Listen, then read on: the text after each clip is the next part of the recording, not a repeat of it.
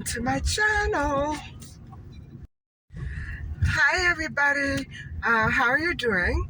I'm just on my way to pick up some stuff for my cat. She needs some dry food, and I want to pick up a couple of things for the sauce that I'm going to make in a little bit. I need to make a sauce for the salmon Wellington, and so I'm on my way to both places right now, and so I'll talk to you later on. By the way, this is the 9th day of my lemonade cleanse, and I'm feeling okay. I'm a little exasperated because I went down to get my mail this morning and the mailbox was broken. My key wouldn't come out. Somebody tried to put another key in there, and obviously a key that I had a long time ago that went missing. My last key went missing, so I had to change it. And now the person who has that key tried to put the same key in and broke the box. So I'm waiting to see what's going to happen.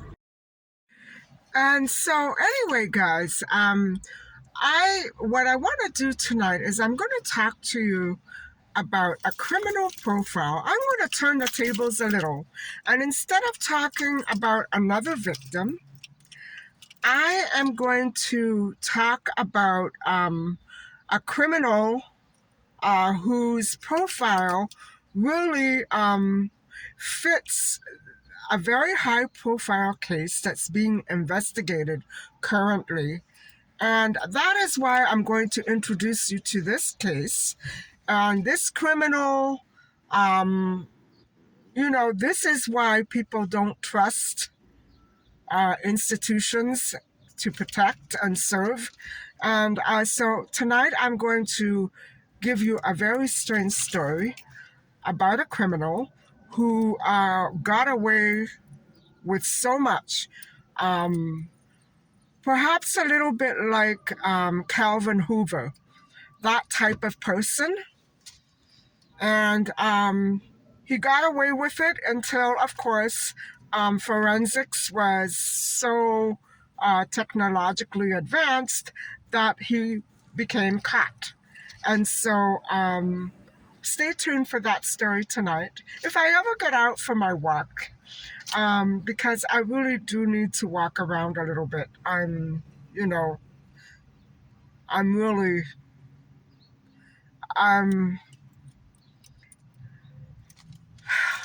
at loss for words.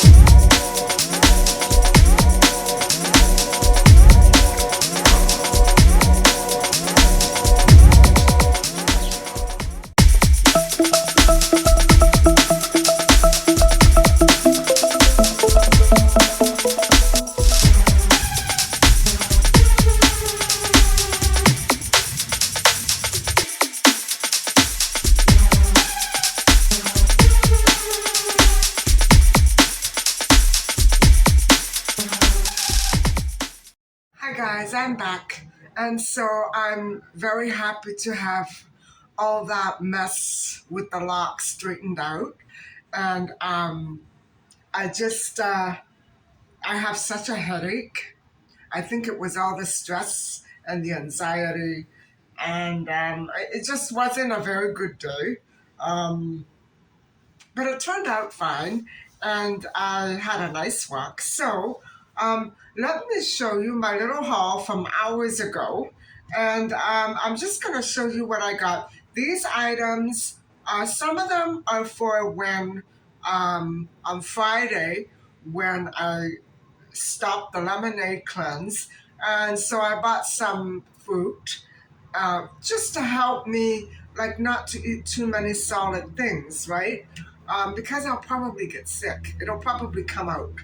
And so, and then the other things are for a recipe that I'm trying. It's going to be my own recipe. And it's kind of tried and true, but I'm adding different things to it now. And so, let me show you what I got, and then I'm going to clear them away and have a discussion about the criminal profile that I want to talk about with you. So hold on and I'll flip the view. So, guys, first I went to the Dollarama to pick up some dry food for Micha. I should have bought more, but I was in a rush and I had other things to purchase, so I just picked up one. Um, and she loves all the dry food that Dollarama carries, so I know I'm not going to have a problem with this one. And I I didn't even look to see if they had anything else. I just grabbed that and left. And so then I swung over to the local grocers, and these are not the figs I was after, but they look fine. And I should have bought an extra package. They were about $7 each, but these two should be enough for just some for me, maybe in a shake or something. And then the rest are going to be used in a sauce with these avocados right here. And I'm hoping that one of them softens up. One of them is okay. I have a soft one in the fridge. This one is probably the softest, but not very. I don't know what's going on with the avocados. Anyway, it'll be a couple of days before I make it, so it has time to soften up a bit. And then I picked up a couple of oranges for Friday and a couple of peaches. Somehow, other fruits, even banana, they don't appeal to me right now. So these two, they they I think they're going to be okay. And then I bought these for the recipe. I would have bought whole milk because that's what I would have preferred, but they didn't have any, so I picked up this. And I don't even know that I'm going to be using all of that. Probably about a cup. And then I I know that I have no more margarine left. I used the last bit last night when I was making the Wellington rolls. And so I know I need more of that to cook with. I don't normally have butter or margarine ever, but when I make a recipe like this, yes. And so the recipe will call for flour and nutmeg as well. And I considered getting tofu, but since it's not plant based anyway, I decided to skip it. And so I'm going to be combining the figs with the avocado. And I know there are great many sauces online with figs and avocado. And this is going to be more of a savory rather than a completely sweet recipe. And so because the pasta is so dry, I need to add a little butter to the mixture. And I'm just going to pour the mixture over the rolls as I bake them. And so I'm hoping that these figs are okay because I've never had them before. Normally I buy green figs. But I love both kinds. I like the black ones and the green ones. And so altogether that cost the groceries cost me $31. And that was something like $3. And there you have it, guys. Hi everybody. So I think we better get started. And I really know that I'm not going to finish this in one sitting. I wish I could, because I don't like these articles that go on, although it's all very pertinent and important information. Um, my notes are 12 pages long, and that's after cutting a lot of it out. So let's get started, and I'll see what I can get through. Um, I'll tell you the importance of this person that I'm going to speak about later on. It is a very important case, and I think it's reflective of a lot of things that are going on um, nowadays and have been going on in these missing children cases. So listen up, and I'll let you know what's out here. So let's talk about Joseph James DeAngelo Jr. And who is Joseph James DeAngelo? Well, he was born to Kathleen Louise DeGroat and Joseph James DeAngelo Sr., who was a sergeant in the United States Army. He was born November the 8th, 1945. Now, Joseph had two sisters. When I say Joseph, I'm always going to mean the focal player of this story, the criminal, Joseph Jr., and not the dad. Although the dad was kind of a bad apple himself. Let's stick with Joseph Jr. Joseph Jr. had two sisters, Connie and Rebecca, and it's not distinguished whether they were younger or older, but he did have a younger brother, John. And so the family at that time, the DeAngelo family, was stationed in West Germany. Wow. And so when DeAngelo Jr. was a child, he witnessed his sister Connie being attacked by two airmen. They worked in the army in a warehouse. Not nice. Between August, hold on, already I've lost my place. Between 1959 and 1960, Joseph Jr. attended Mills Junior High School in Rancho Cordova, California. And then between 1961 and 1964, he went to high school. He attended high school and he received his certificate. He played junior varsity baseball there. And so he was a sportsman. And prosecutors later reported that DeAngelo committed burglaries and tortured and killed animals during that high school span. And that's sad because that means that already he was a hardened criminal. And who knows how he got that way. But I have a couple of ideas, so we'll get to them later. Right after high school, DeAngelo joined the United States Navy and not the Army like his dad. And he served in the Vietnam War for 22 months as a damage control man on a destroyer and a cruiser. So in August 1968, that was after his time in Vietnam, he went to college in Rocklin, California, and graduated with an associate degree in police science.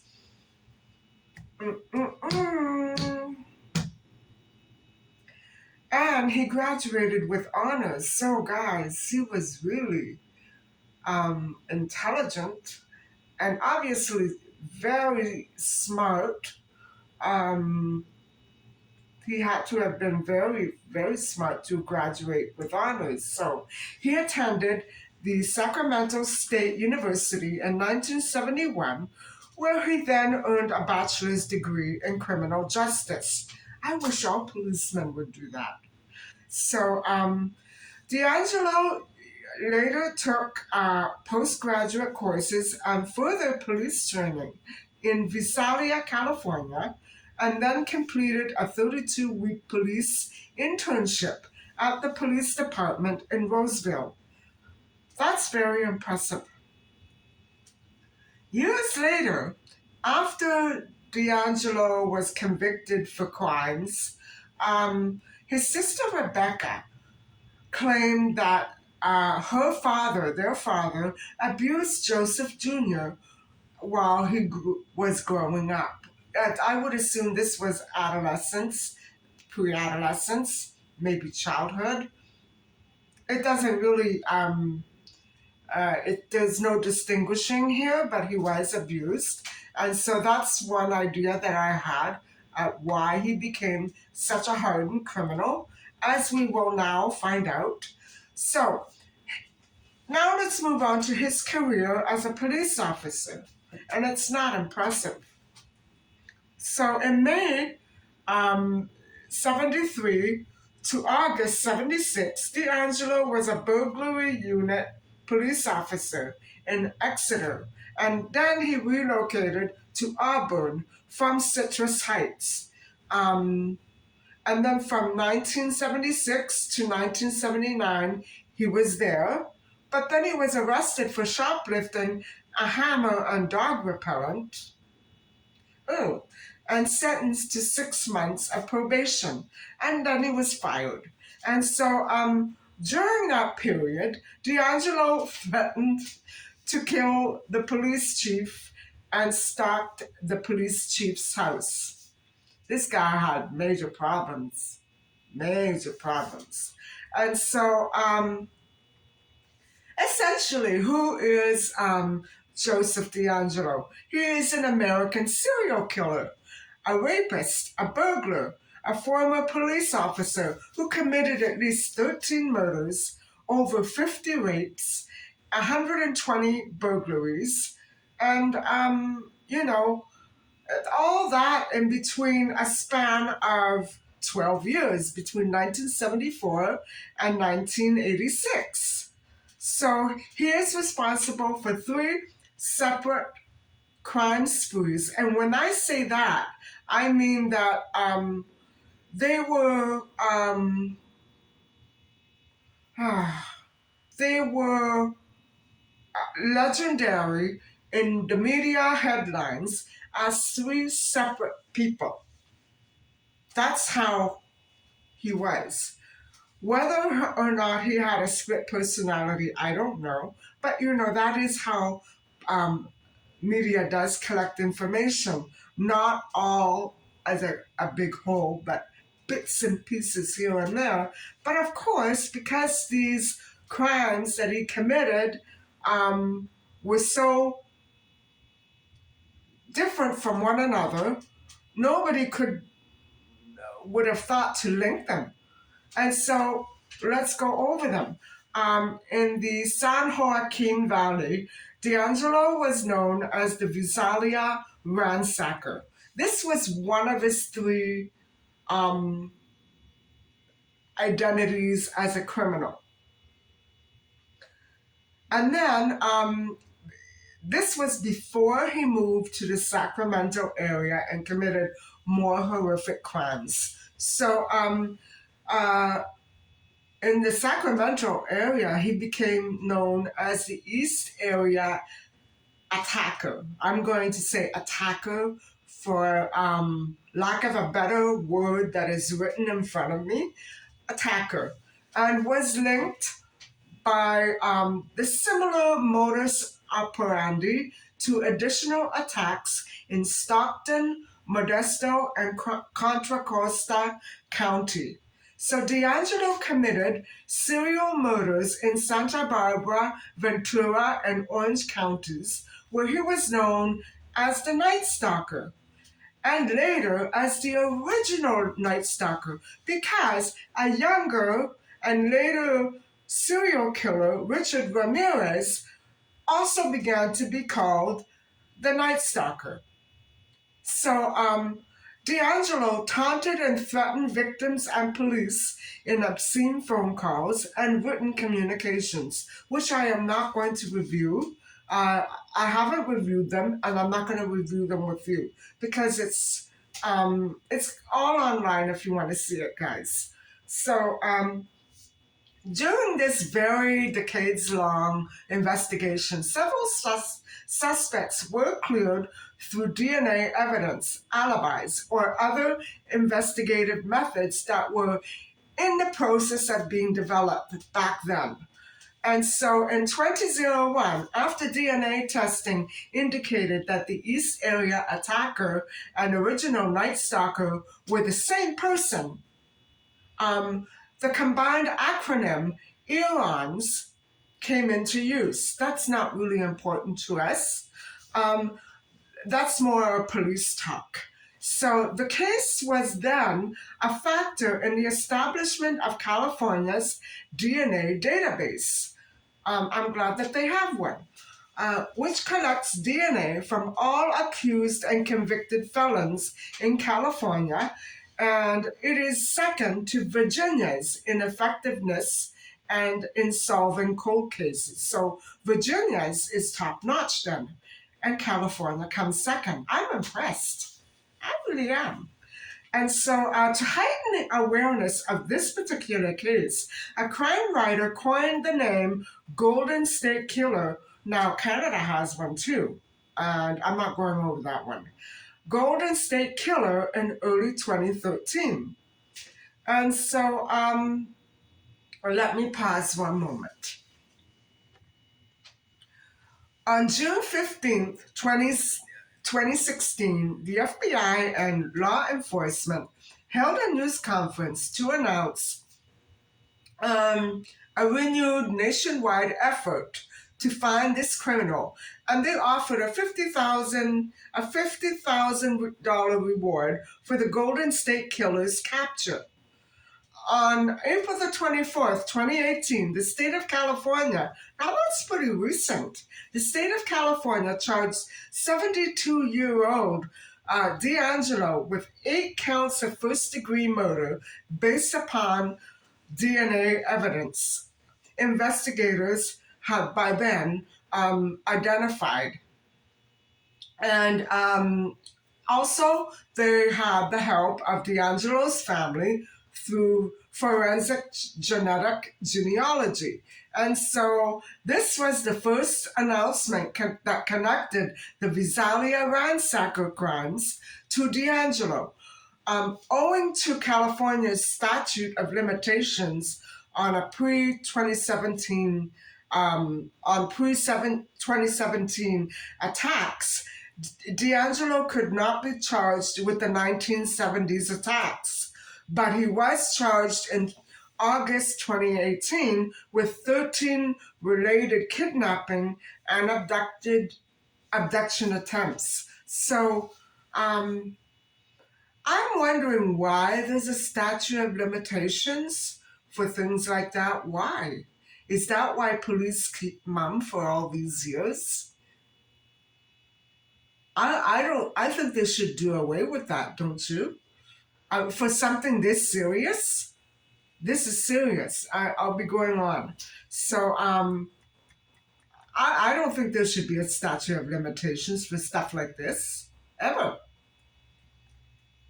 On June the 29th, 2020, DeAngelo pled guilty to multiple counts of murder and kidnapping.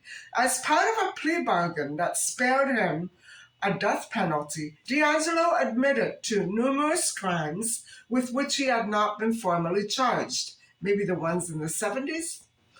On August the 21st, 2020, DeAngelo was sentenced to life without parole.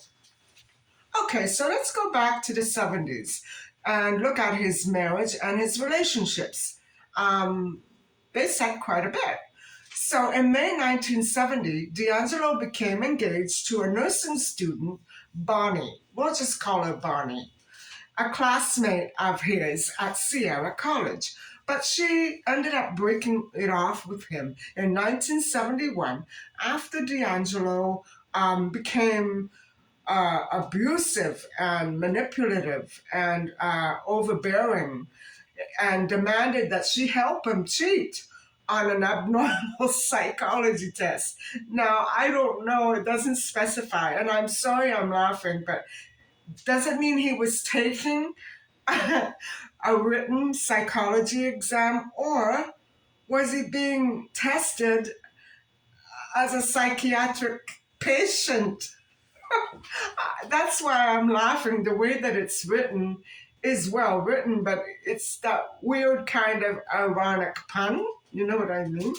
And so after their breakup, he attempted to force her to marry him by one day threatening, going to her house and threatening her again with a gun this time. And so things were not looking up for him. In November, after that fiasco blew over, in November 1973, he married Sharon Marie, um, we'll just call her Sharon, of Citrus Heights, and that is where he was stationed as a burglary unit officer. The wedding was held at Auburn First Congregational Church. In 1980, they bought a home in Citrus Heights, where he was eventually arrested decades later. Sharon became a divorce attorney in 1982, and this marriage lasted. I guess he learned a little something since he broke off with Bonnie, and they ended up having three daughters, two who were born in Sacramento, and one was born in Los Angeles. So, guys, what does this tell you about, she ended up becoming a divorce attorney and he had her fooled. So, what does this tell you about the criminal mind, the profile of a criminal mind? You know what I'm saying? So, the couple did separate in 1991 eventually.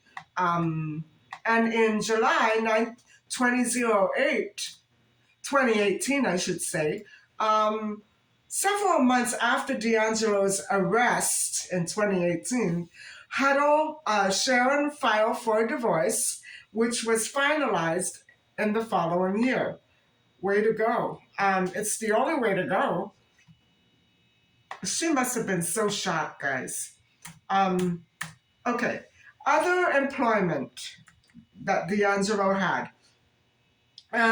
DeAngelo's employment history during the 80s is not known because after he lost his job, the world kind of lost touch with him.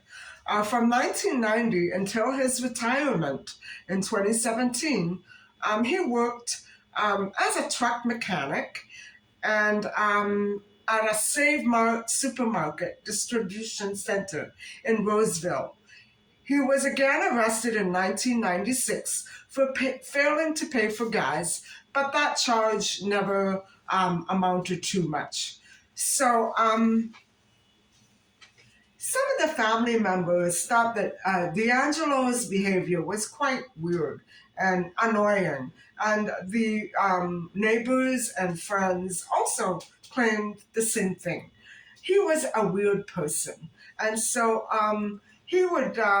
they say that DeAngelo would casually bring up the East Area attacker that was flooding the headlines at that time in conversation around the time that these crimes occurred.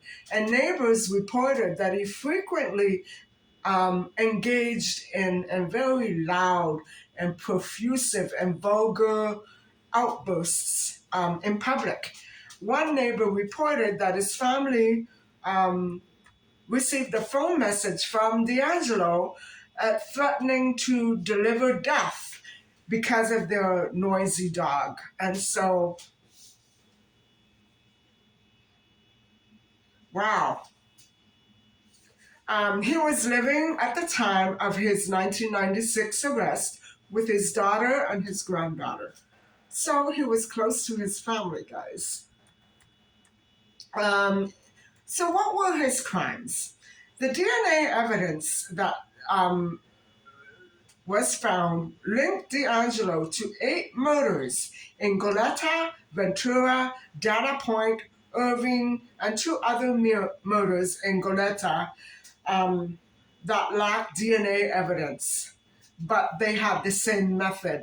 And so DeAngelo did plead guilty to 3 other murders, 2 in Rancho Cordova and 1 in Visalia. Wow, he was a busy, busy champ. Um, wow. He also committed more than 50 known attacks on women in the California counties of Sacramento, Contra Costa, Stanislaus, San Joaquin, Alameda, Santa Clara, Yolo, and hundreds of thefts and burglaries, vandalism, peeping Tom situations, stalking, and prowling. Yeah, it's like my normal average ride home every night. So, minus the attack. Okay, minus the physical attack. It was long suspected in the situation of his identity as the Visalia ransacker, which went from 1974 to 1976, that he was never charged with because of the statute of limitations. It was long suspected that the training ground of the criminal who became the East Area attacker was Visalia, although earlier Visalia crimes dating back to early 1973 um, that took place are also suspected to be linked to him as well. So there's so much there, guys. There's so much. All those mysterious cold cases that were suddenly solved by this monstrous person who committed all these crimes and left his DNA. Uh, I'm sure he tried to be careful, but I mean, he was a police officer. So he committed at that time, between 1974 and 1976, 1 murder and 120 burglaries.